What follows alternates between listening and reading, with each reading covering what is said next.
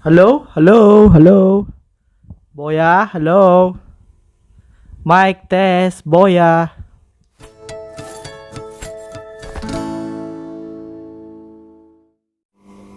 Hi guys, welcome to my channel. Ngayon, re-reviewin natin si Boya By-MM1.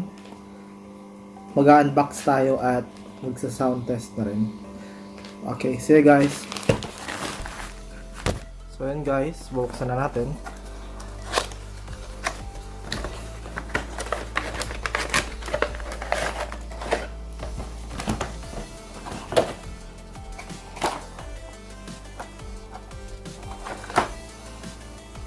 Meron siyang kasamang dead cat. And yung microphone nasa loob ng dead cat. So, alisin natin yan. So, may shock mount. Meron siyang kasamang TRRS to TRS adapter. And meron din siyang TRS to TRS adapter para naman sa camera. And meron siyang kasamang travel bag.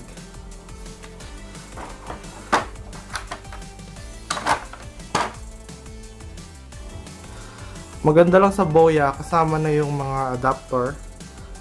Hindi katulad sa Rode Video Micro, kailangan mo pang bilhin ng extra yung adapter for smartphones. Ito yung TRRS adapter to TRS adapter para sa smartphones or iPhones, whether it's Android phones. Kasi hindi compatible yung TRS adapter lang, kailangan nyo ng TRRS adapter to TRS adapter. So ito yung box niya. Yan yung mga instructions. Warranty card, I think. And dito yung manual niya. Gusto nyo basahin na yan. So ito yung dead cat na kasama niya. Matibay naman siya. Kita nyo. Hindi na alis yung mga bucket. Hilain mo. May quality siya. Boya. And tapos may rubber siya sa loob. Ayan. So i-assemble na natin. 2,000 years later.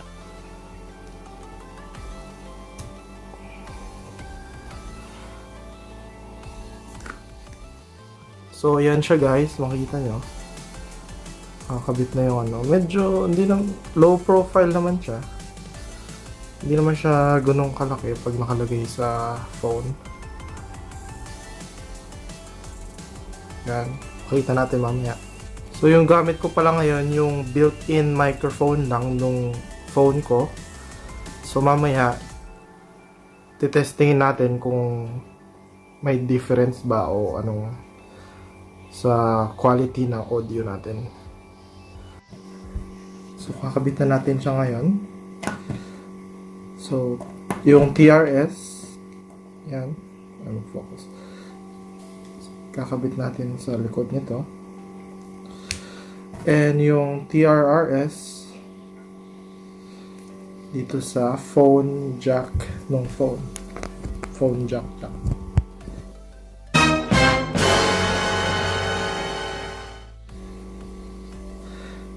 So, kailangan nyo pala guys ng phone mount na may cold screw adapter.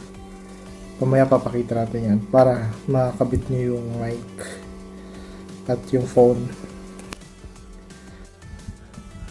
So, ayun guys, nakabit na natin yung Boya. And hindi ko alam kung malinaw ba, mas malakas.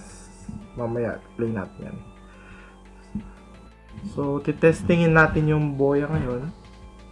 Mic test 1, 2, 3, 4. Mic test 1, 2, 3, 4. Mga 1 meter. Mga 1 feet. Mga 1 feet siguro yung layo ko sa microphone. So without Boya again, mic test 1 2 3 4. Mic test 1 2 3 4. So same distance pa rin, pero inalis ko muna yung Boya.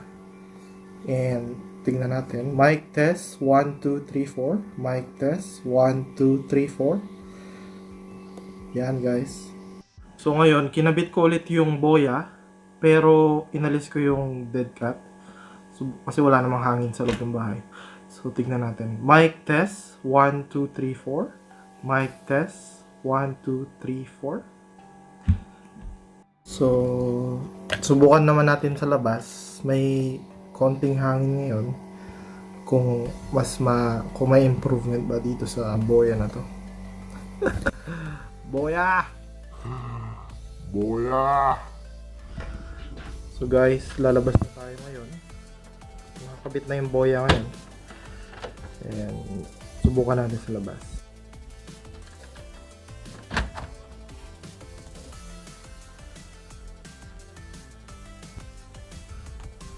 So ayan guys, nasa labas na tayo. Kala ko may hangin, wala pala. Kala ko may hangin, wala pala. So, mic test 1 2 3 4. Mic test 1 2 3 4. So ito naman, wala ang Boya. Inalis ulit natin. Mic test 1 2 3 4. Mic test 1 2 3 4. So subukan naman natin ang background noise kung mapipick up niya. Ngayon wala, inalis ko yung Boya. And may air pump tayo sa aquarium, nakita niyo? Narinig niyo ba? Medyo malakas yan. So magma-mic test tayo ulit. So walang Boya to. Mic test 1 2 3 4. Mic test 1 2 3 4.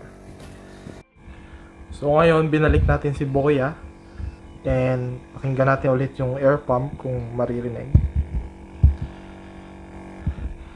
And magma-mic test tayo ulit. Mic test 1 2 3 4. Mic test 1 2 3 4. So yun guys, na-unbox na natin. And nasubukan na natin yung sound niya. So tingin ko okay naman siyang mic. And build quality wise, maganda naman siya. Matibay naman. Yung pickup ng sound niya, malinaw naman. Na-eliminate niya yung background noise. Baka pwede nyo rin siyang gawing parang pang-interview yan. Alisin nyo sa shock mount. Ay, sa tripod or sa mount niya. Yan. Mic test 1 2 3 4. So, guys, mas malinaw bang ganito? And thank you guys for watching and hope you like it. Please like and share and subscribe to my channel. Thank you. Boya, ano na, Boya? Ba't ang hina? Boya!